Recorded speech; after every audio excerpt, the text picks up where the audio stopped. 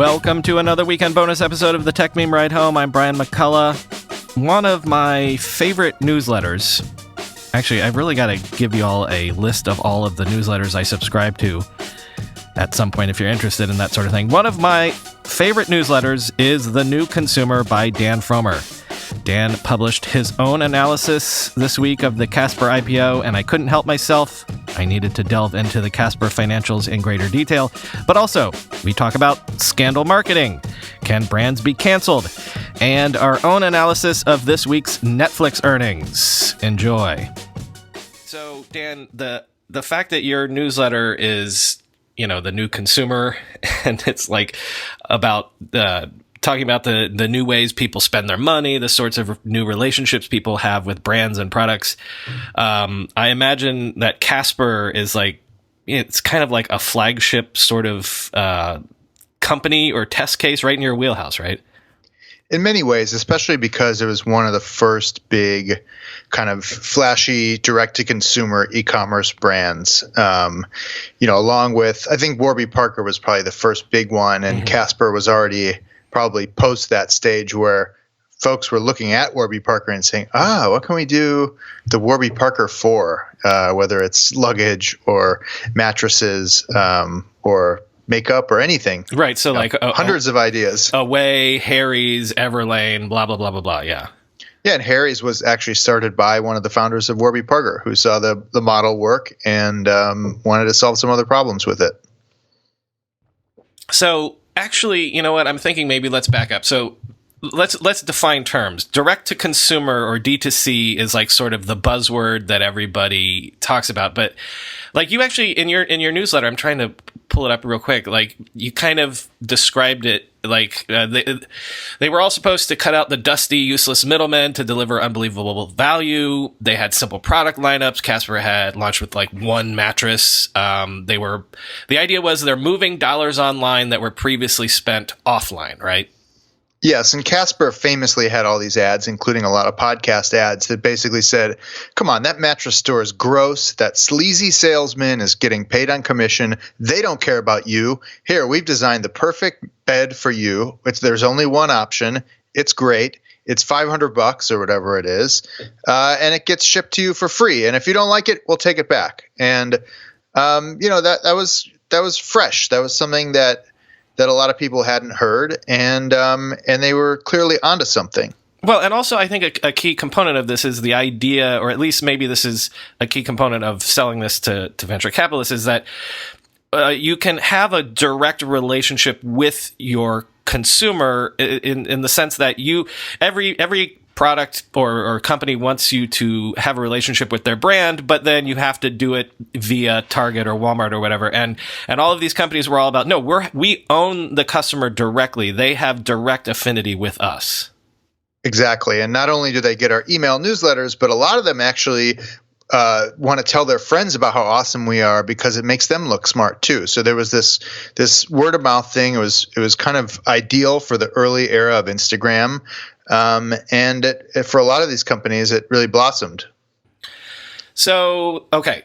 Casper is sort of a poster child of this whole thing, and they filed to go public. The filing comes out. Everyone on Twitter falls all over themselves to drag it, to pick it apart. I guess we're just going to have to get into why they did that. But actually, it was funny in your newsletter. You're like, there are worse possible outcomes than going public at maybe $1 billion valuation. They're still alive, right? Yeah, and that's kind of the funny place we're in. Like, sitting at computers looking at IPO filings, going, "Wow, if they only hadn't spent that much money on marketing, then But look, like the numbers, which we can get into, or do that, or even not. Like, here's the thing about all these filings is that treated as a document, they're a little ridiculous. Like, they're full of these crazy hyperbolic statements. We're a sleep company. We're starting the sleep economy, stuff like that. We already knew what happened to Casper. It's very easy to like open your eyes and go, oh, there's a lot of these mattress companies now. We already knew that. We knew there was a ton of competition. We knew that they were one of over 100 of these mattress in a box startups. Can I interrupt you? Please. Because I've wondered the hell out of that. Why, of all segments, are there 100 players in mattress in a box companies? Well, they saw that Casper had a hit right out of the gate. And it makes sense. Like, yeah, the mattress store does suck, and those things are overpriced, and but it's inexpensive enough. There aren't 100 Warby Parker competitors. I don't know. I mean, probably not as many because there's the whole regulated prescription element of it, which like was a bigger headache to solve. But mattress sales are. I mean, unless that tag on the bottom is scarier than I thought. You and I could probably, if we wanted to, start a mattress company by next week. So, and many did, and they saw how Casper was finding customers, and I mean, I could probably name 3 or 4 of them. I definitely couldn't name 10, and I don't think most of them have anywhere near the brand equity that Casper does. But apparently, that doesn't matter that much. I mean, you can at least look like not all of them are going public. Although one of them, Purple Sleep or something, did do a reverse merger with a public company and now is public, so you can see their numbers as well. But Casper figured it out until all of a sudden, which we knew, like there were tons of competitors in the market. It was extremely expensive to acquire customers. Luckily, beds are still pricey enough that they could and have continued to focus on acquiring customers profitably. So, essentially spending less money to acquire the customer than they would make in, I guess, probably gross margin on each mattress on the first mattress sale. But then the big picture was, all right, as you said, we're going to own this customer, and yeah, we're going to start with the mattress, but then we're going to sell them all this other stuff. And if you look in their filing, it's everything from the things they already offer, like pillows and bedding, to, sleep technology and sleep services and all this sort of stuff. And I don't know. Well, I think that's why a lot of people were dragging them, because it's like they mention that stuff, but there's no actual indicate. Like, it's not like, 2 years ago, Casper created the sleep wearable that has taken off, or that, there's other of these direct to consumer people like Brooklinen that do the stuff that in theory they can go into ancillary products and things like that.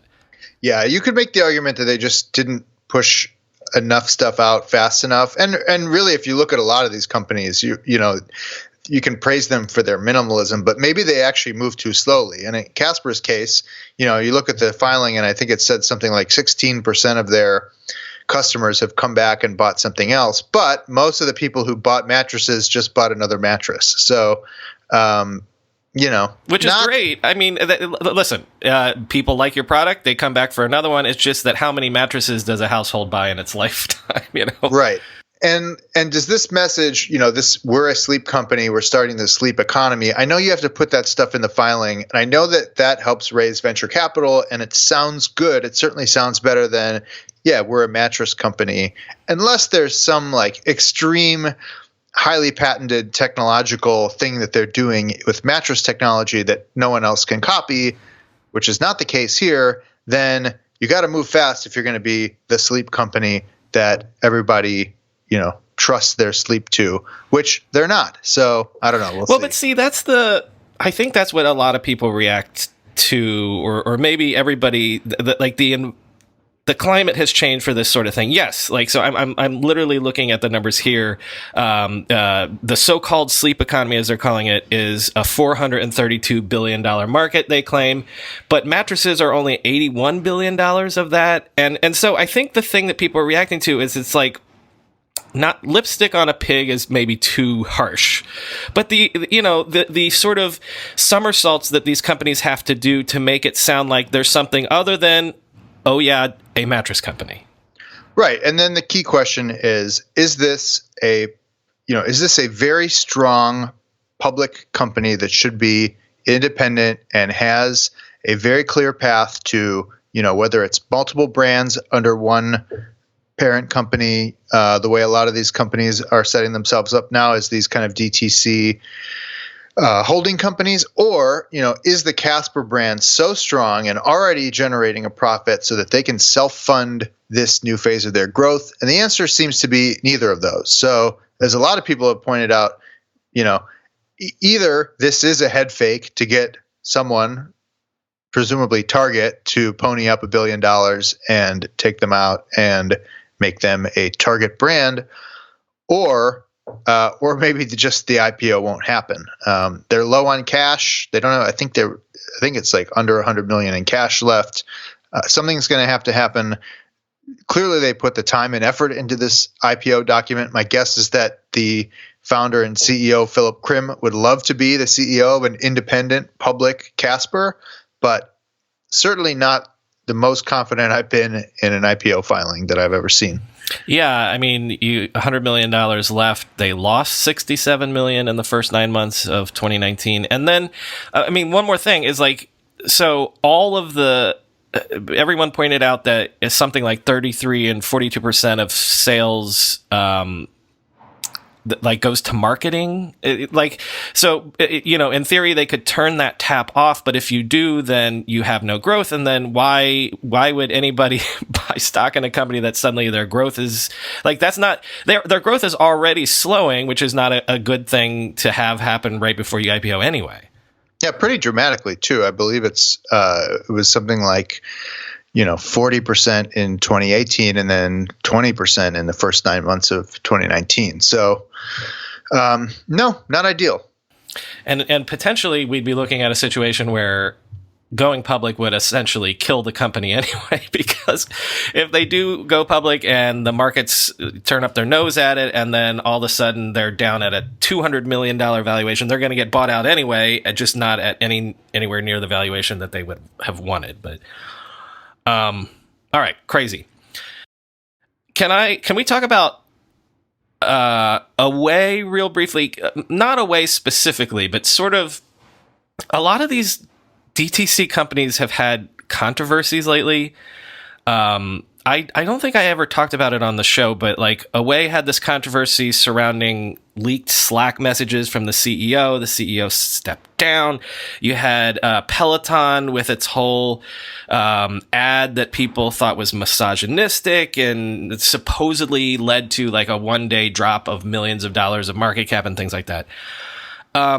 First of all, on Away, though, specifically, you delved into the data, and while the controversy didn't help, you saw that Away's growth was already slowing much, much earlier in the year.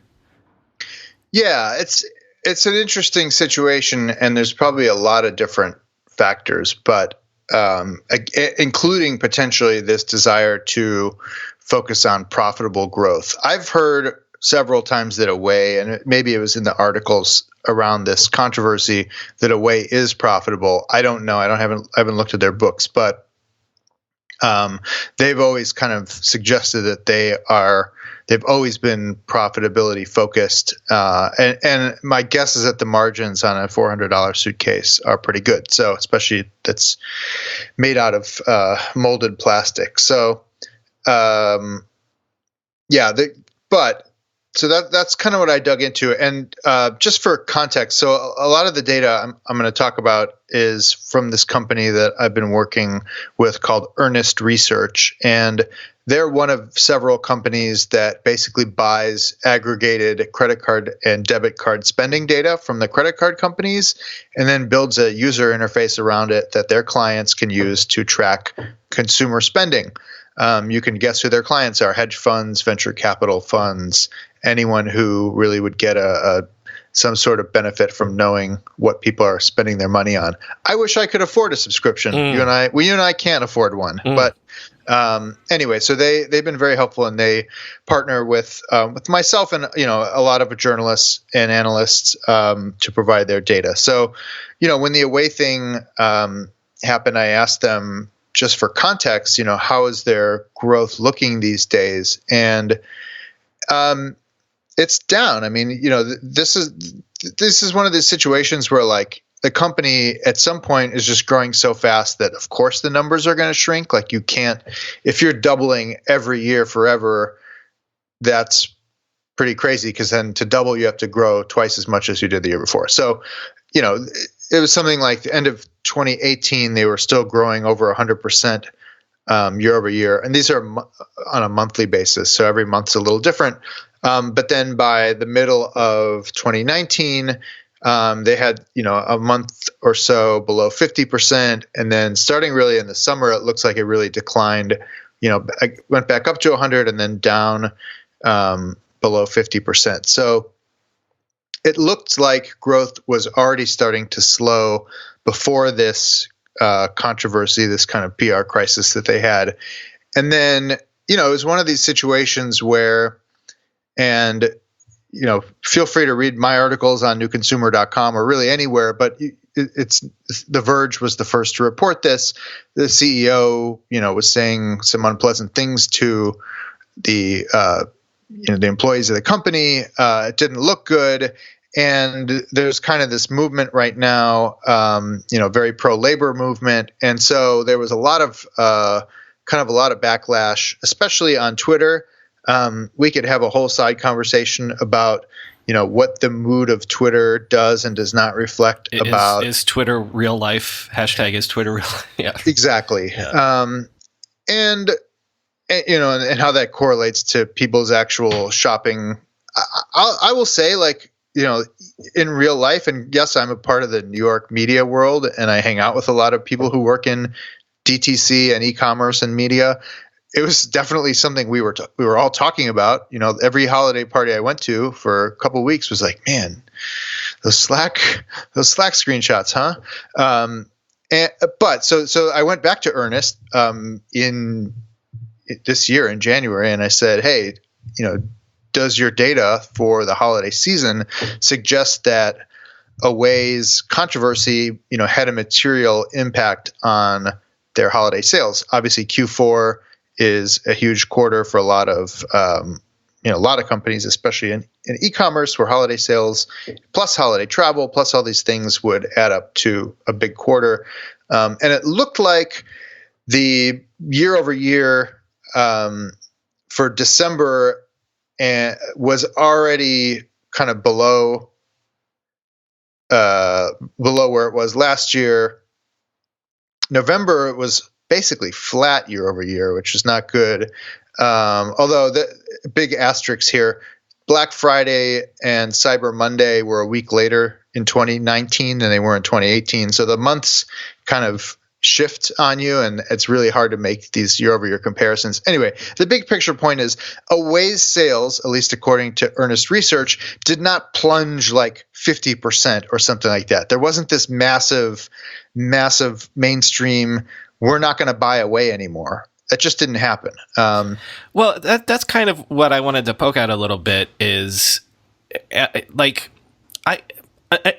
just said that one of the things that these direct-to-consumer companies sell themselves on and rely on is the brand affinity, and like you're an aspirational brand, you want to identify with the brand or whatever. So maybe they're more sensitive than others to controversies and things like this. But at the same time, I'm just wondering, in the information and news and social media metabolism that the world has right now, is it basically impossible for a company or a brand to be canceled? And I'm even think all the way back to like hashtag delete Uber. Like maybe, and I'm not suggesting conspiracy theories here, like you would gin up a controversy just to get attention. But I mean, I think a lot of normal people might have heard about Away for the first time because of this controversy. Like, is it impossible, I guess, for a brand to be canceled right now? I mean, it probably depends on what you're measuring, like sentiment. And you're totally right. Like these brands rely on their customers not only to provide word of mouth referrals, but to almost act as a community and almost to endorse them on social media. Away, Glossier, Everlane, a lot of these brands probably get like a non-trivial amount of sales through essentially free marketing through people's social media accounts. So that's definitely part of their model and really important to their future is that they are not only loved, but, beyond normal, like that people are almost freakishly, fans and promoters of their brands. Probably less so for Away than like a Glossier or a Sweetgreen or something like that, but it's definitely part of it. People post their luggage all the time, and that's definitely part of their model. Look, their sales did not, like I said, their sales did not crash the month of December. They did slide quite a lot the last half of the year. Their growth did specifically. They're still growing year over year, but on a much slower rate than they had the year previously. Again, according to this one data provider, which Away has not, I've offered Away the opportunity to tell me that these numbers are totally wrong, and they have not taken that opportunity when I've asked for comment.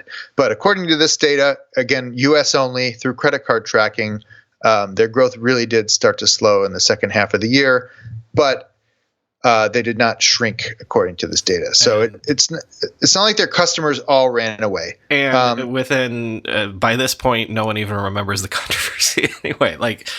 Yeah. However, so Ernest also sent me something else, which is interesting, and this is kind of how I even found out about them, is that they were tracking SoulCycle attendance after the Trump fundraiser with the guy who, everyone thinks owns SoulCycle and Equinox. And there remained and this was late October data, their SoulCycle attendance was still shrinking year over year versus 2018, throughout August, September, and October, even though it was growing in May and flat in June and growing a little in July. So again, one data source, but it looks as if, and then, in summer months, I guess I don't know. I'm not an expert on this company right now, but it looks as if the shrinkage was worse this time around than previously. Is that all attributable to the controversy around a Trump fundraiser? Probably not. Like, maybe a lot of people are buying Pelotons. Maybe people are running. Maybe they're bored with SoulCycle. I don't know. But it does seem like, and if you talk to someone in the world of media and related fields, if you mention Equinox or SoulCycle, you're probably still going to get an eye roll or something like that. So I think there is some lasting damage to these brands from this, especially because they rely on people to really love them. But I don't think, and the Delete Uber case is a great example. Like, that's not what caused a lot of their internal problems are what caused most of their difficulties, which allowed Lyft to survive, which, caused a real competition to exist in the U.S. that would not have probably otherwise existed. But yeah. Well, and I was just going to say, maybe you were saying not enough data, not a big enough sample size, but also it could entirely be situational specific, different countries or different companies versus different news events and things like that. I think what we can say conclusively is none of these companies were ruined by one small controversy that, may have lit Twitter up for a couple days, but I'd be very surprised if any of these companies cease to exist solely because of one of these controversies. Real quick before you go, the Netflix earnings were on Tuesday, and I spoke this week about how it's seemingly Netflix all of a sudden just wants you to know about its international growth. But what I actually didn't know until I saw your chart in the newsletter this morning was the real story is that international growth has come back. I didn't know that, but it had cratered a bit recently around, I guess, the price hike, and now it's back to where it was and accelerating above that. Yeah, and I went back and looked at that because I was a little surprised by that too. And I think, if I recall, that it's one of these things where quarterly data is probably easier than monthly to digest, but it's still, there's still a day or a month or a week where something may have happened in one quarter that maybe could have happened in the next quarter or something like that. If I recall, there was a point this year or last year, I guess, where Netflix says, I think we actually grew a little more this quarter than we thought we would. Maybe some of those people were would have signed up next quarter, but because there was a show that launched last quarter that was really great, they joined earlier. That's going to happen. There's lumps here and there. I mean, I see that every week in my subscription newsletter business. Some weeks are great, other weeks less great, and you're like, oh well, maybe that person was going to sign up next week, but they signed up this week. I don't know. I think the broader picture is like, yeah, the U.S. they have a lot of subscribers in the U.S. It's going to be harder for them to gain new subscribers in the U.S. relative to the rest of the world where billions of people live. So. Clearly the story going forward for Netflix is not just a U.S. story. It's a global story. They do have competition in the U.S. It is good that they have competition in the U.S. It's good for the consumer. It's good for the media industry. It's probably good for the art of TV and cinema. But the reality is that they are now years ahead of their U.S. competitors at building global brands, and they've put a lot of money and time into that, and we see the results. And I don't think it's just this case where it's like, oh well, they're just signing up a bunch of people in wherever. I think that is the point, that they are building this global business, that they are trying to build a global culture around streaming media, and right now they're way ahead. Well, it's funny that you say that, because until you said it in the newsletter this morning, I mean, this is obvious to say, but I hadn't thought about it until you said it. But like, Netflix is now the incumbent. Like, the Netflix narrative all along has been like, oh, all of these legacy media companies have to quickly build some way to compete with Netflix before Netflix kills their businesses. But no, Netflix is now the incumbent, and they have to defend their moat. And right now, international is their moat, right? Because a lot of these other players won't be able to play internationally for a while, or even at all in some cases. Yep. And it's not going to, it's clearly not going to be easy. And a lot of these, these, as I also said, like, these are companies that are worth tens or hundreds of billions of dollars. So they'll find the money to make an app. Will they figure out the formula that Netflix has in terms of creating shows and marketing them and recommending them?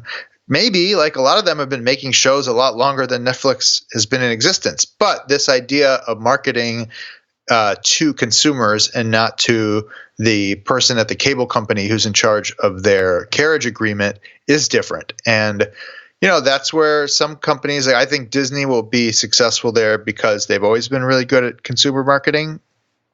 But I'm less I'm just making this up now, but I'd probably be less confident in like NBC for figuring that out. But it's so weird now. All these brands are owned by different companies. AT&T owns HBO. Like, AT&T signs up millions of customers every month for cell phone service. So I don't know. It's such a funny, weird thing that's happening right now. And yeah, Netflix is the incumbent. Like, they're the default. When you turn the TV on, like, give me something to watch. If you don't have a cable box, then you're just probably plopping on the Netflix icon and looking for something. And I think that's a powerful position to be in. Or asking people to pay to watch something, which some of these other companies haven't, had to do before. That is true. And I'm less nervous about that. Like, people spend money on all kinds of stuff. And yeah, it's easy to say, like, that people will get subscription fatigue or whatever, but a lot of these services are still an incredible value. Like, I went to a bunch of movies over the holidays, and it's like $40 every time you go to the movies now. If you can get a month of whatever service for like $8 or something, that's a great value. So I'm less concerned about that. There is still obviously some hurdles in getting people to download your app and sign in and sign up, especially if they're trying to run away from Apple's 30% cut on Apple TV or whatever it is. But I think some of them will figure it out. I think that's fine. I don't think there's any logical world in which Netflix is ever going to be just alone.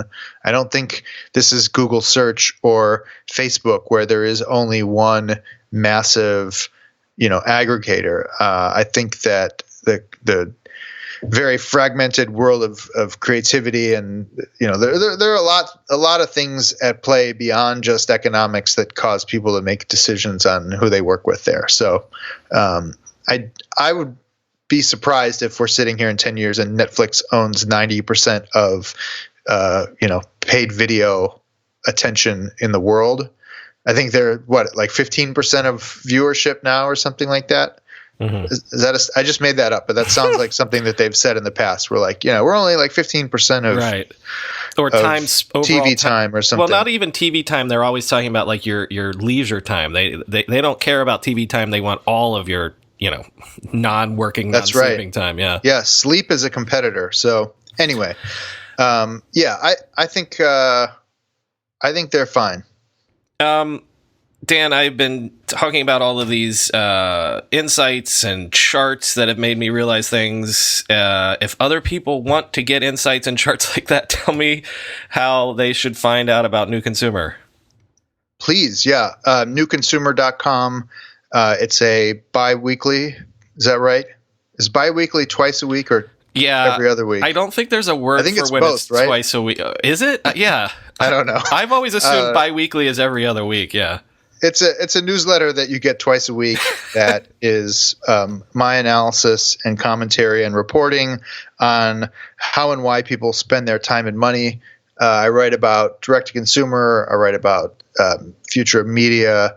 I write about design. I write about what interests me, and hopefully it interests you as well.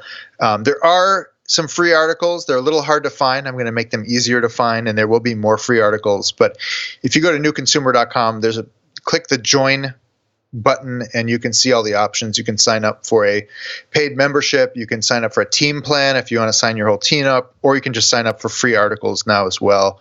And of course, I'm also on Twitter, FromeDome, and I'm there every day. Go do it. It's a good newsletter. Thank you. Thanks, Dan. You know what? Do you know that you were my first subscriber? I do know that. I remember. I appreciate you every day. I remember that you emailed me directly and told me that, and I was like, well, hey, listen, I know I know a good thing when I see it. I appreciate it.